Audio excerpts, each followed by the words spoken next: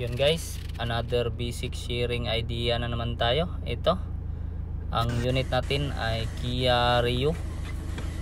Yan, so medyo sinaw-sinaw pa talaga to. Tingnan natin kung ano ba talaga yung kihambin nga balatian ito. Yan, so umaandar na yung unit. Try natin kambyada ng drive.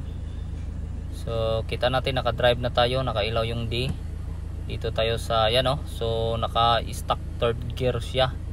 Naka-trisira na agad. Yan, so dapat sana yan ay 1. So primera sana, yan oh. So wala siyang plus minus. Stock third gear talaga. Tapos dito naman tayo, tingnan natin kapag nagkambyada siya ay sobrang lakas ng kalabog. Meron siyang shift shock. So kapag ganito, ang una nating gagawin, gamitan natin ng bulang kristal. Ayan. So ang nangyari kasi dito ay low power to. Kasi nga naka 3 sira na agad siya. Wala siyang primera at segunda. So ang una natin ginawa, dito tayo sa mga basic. Kailangan natin i-check yung mga fuse, yung mga wiring. So basic lang talaga. Yan, so hinugot ko yung mga socket ng wire at tiningnan natin tong speed sensor na to. Yan o, yung tinanggal ko. So ganito lang muna yung gagawin natin. Kailangan nating itis yung sensor kung goods ba. So yan, dahil sa okay lang yung sensor ay hindi natin pinalitan at nilinisan natin yung mga socket ng wire.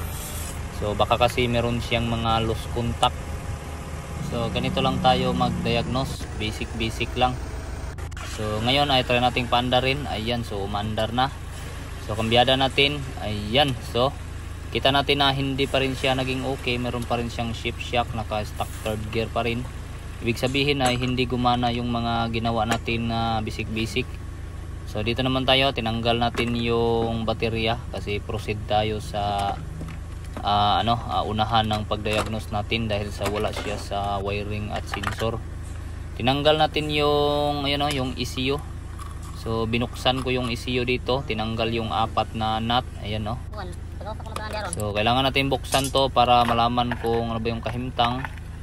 So dito ay nabuksan ko na at wala naman ako nakitang sunog. So wala siyang sunog, ibig sabihin ay ayan, kahit walang sunog kailangan natin tong palitan ng bago. Yan, so brand new yung kinabit natin dito na ECU. So kinabit natin agad yung mga bolt. So sobrang napaka basic lang talaga. Tapos kabit na natin ulit dito sa unit. Sa mga ganitong klaseng problema ay pwede naman talagang ma-repair yung ECU. So dito ay sinubukan nating i-repair pero medyo hindi siya gumana kaya nagpalit tayo agad ng bago. So walang problema, marami naman tayong stock ng bago kaya goods na goods lang. Pero hindi pa natin alam kung gagana ba to o hindi. So testing na lang muna natin to. So yan, kabit na natin lahat at nang magkaalaman. So ganun lang siya ka-basic. Ngayon ay try natin agad paandarin. Yan. So dahil sa umandar na, kambyada natin. Ayun.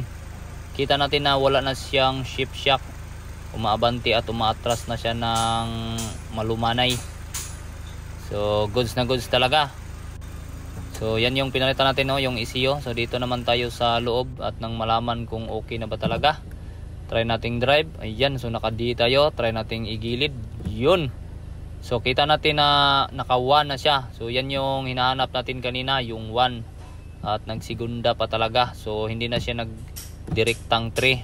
Meron talagang 1. Ibig sabihin ay tumama yung hula-hula natin at RPM agad at nang lumaki-laki yung libor. Yun, so okay. Tara, abanti natin agad na nakauna yung likuran at nang magkaalaman kung ano ba yung kahimtang nito. Tara, test drive tayo. Siyempre dito ay sinubukan nating patakbuhin ng dahan-dahan at nang malaman kung talagang okay na ba to. God bless.